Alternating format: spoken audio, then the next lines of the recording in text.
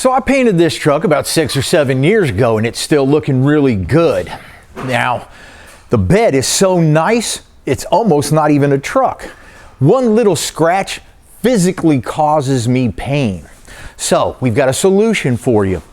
We've got this mat right here. It's really thick. It's really heavy. It's like 3/8 of an inch thick.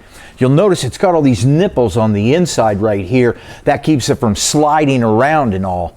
Now, if I fold this back, you'll notice that it has this little notch in it right here.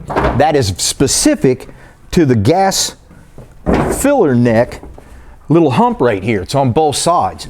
They make these mats that are specific for your year and truck.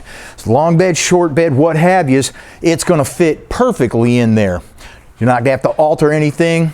It's just going to pop in and be done.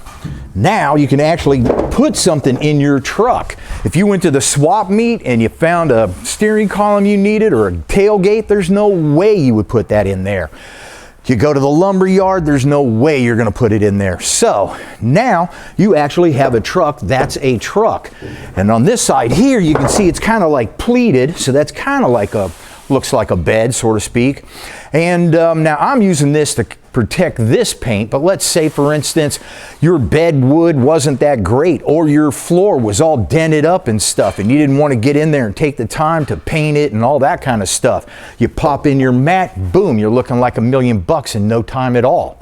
So make sure that you protect your bed, you be able to protect your product that you're transporting, and you're going to be looking good all at the same time. My name is David Welch. I'm at Brothers Tech Center every single Tuesday, finding this stuff for you, putting it in trucks, making sure it fits perfect. So next Tuesday, I'll see you guys here at 9 o'clock. Make sure you subscribe, and of course, YouTube, Instagram, whatever else they got these days. Peace, baby.